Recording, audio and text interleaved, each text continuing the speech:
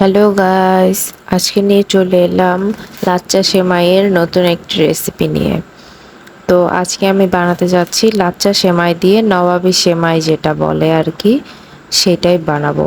তো তার জন্য আমি নিয়ে নিয়েছি লাচ্চা সেমাইয়ের 200 গ্রামের একটা প্যাকেট, আর তার সাথে নিয়ে নিয়েছিলাম এই কাস্টার্ড পাউডার, মাল্টোভা ব্র্যান্ডের এই কাস্টার্ড পাউডারটি। তো কাস্টার্ড পাউডারটা কিন্তু মাস্ট লাগবে, না হলে টেস্ট এত ভালো আসে না। তো চলো কথা না বাড়িয়ে শুরু করি। তো আমি প্রথমেই দুধ জাল দিয়ে নিয়েছিলাম, 1 লিটার মতো দুধ ছিল এখানে। অনেকক্ষণ ধরেই জাল দিচ্ছিলাম আর কি, মিডিয়াম টু লো আছে, অনেকক্ষণ ধরে ভালো করে আমি জাল দিয়ে দুধটাকে খুব ঘন করে নিচ্ছিলাম। তো দুধ আমার কিন্তু এখানে ঘন হয়ে গেছিলো ভালোভাবেই, তোমরা দেখতে পাচ্ছ এখনো ফুটছিল।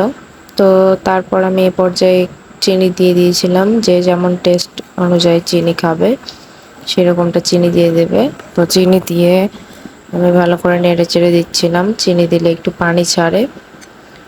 তো তারপর এখানে আমি একটু দুধ নিয়েছিলাম, সেই দুধের মধ্যে আমি কাস্টার্ড পাউডার নিয়ে মিক্স করে নিয়েছিলাম। এটা দুধের সাথে দিয়ে মিক্স করে নেব, তাহলে দুধটা একটু ঘন হয়ে যাবে। তো এদিকে আমার দুধে চিনির থেকে যে পানিটা ছেড়েছিল সেটা শুকিয়ে গেছে, এবং একটু জাল দিয়ে নিয়েছি।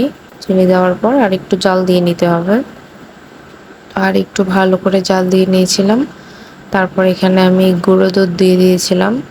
গুঁড়ো দুধ দিলে দুধটা তাড়াতাড়ি আরও বেশি ঘন হয়ে যাবে। তো আমি ভালো করে জাল দিয়ে নিয়েছিলাম দুধটা দিয়ে, দেখতে পাচ্ছ আরও ঘন হয়ে এসছে। তো তারপর এখানে আমি কাস্টার্ড পাউডার যে দুধের সাথে মিক্স করে রেখেছিলাম সেটা আমি দিয়ে দিয়েছি। দেখতে পাচ্ছ দেওয়ার সাথে সাথে কতটা ঘন হয়ে গেছে। তো এই নবাবী সেমাইটা কিন্তু ছোট বড় সবাই খুব পছন্দ করে, তাতে কোনো ব্যাপার না। ছোটরা বিশেষ করে আরও বেশিই পছন্দ করে। তো যাই হোক, অনেক ঘন হয়ে এসছে দুধটা এখানে, দেখতে পাচ্ছ এটা হয়ে গেছে। এটা চুলো বন্ধ করে রেখে দিলে এটা আস্তে আস্তে এটা আরও ঘন হয়ে যাবে আর কি, মানে ঠান্ডা হলে এটা আরও ঘন হয়ে যাবে। তো এটা হয়ে গেছে, আমি এটা চুলোটা বন্ধ করে এটাকে জাস্ট আমি ঠান্ডা হওয়ার জন্য আমি এক সাইডে রেখে দিলাম। তো তারপর এখানে আমি একটা প্যান নিয়েছি, একটা প্যানে ঘি দিয়ে দিলাম। লাচ্চা সেমাইটাকে এবার রেডি করতে হবে তার জন্য। তো ঘি দিয়ে দিলাম, ঘি দিয়ে এখানে আমি লাচ্চা সেমাই 200 গ্রামের যে প্যাকেটটা ছিল পুরোটাই দিয়ে দিয়েছি। পুরোটাই দিয়ে ঘিয়ের সাথে ভালোভাবে নেড়ে নেড়ে ভেজে নিতে হবে এটাকে। তো তারপর এই পর্যায়ে আমি গরুর দুধ দিয়েছিলাম।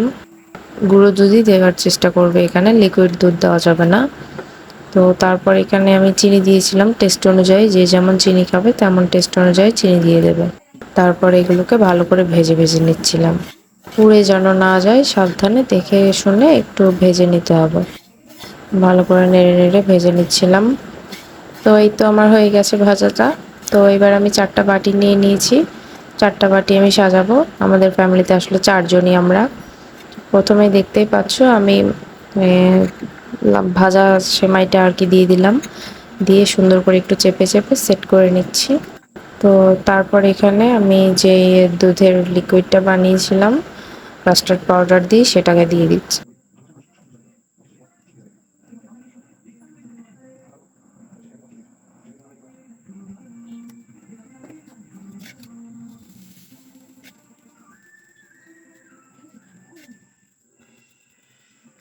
তো এরপর আমি ভাজা সেমাইয়ের আরেকটা লেয়ার ওপরে দিয়ে দিলাম।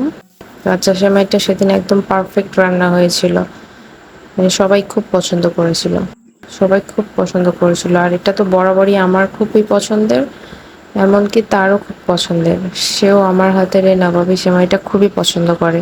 সেই আমাকে বলছিল যে নবাবী সেমাইটা বানাও, অনেকদিন খাই না, এটা তুমি অনেক টেস্টি করে বানাও।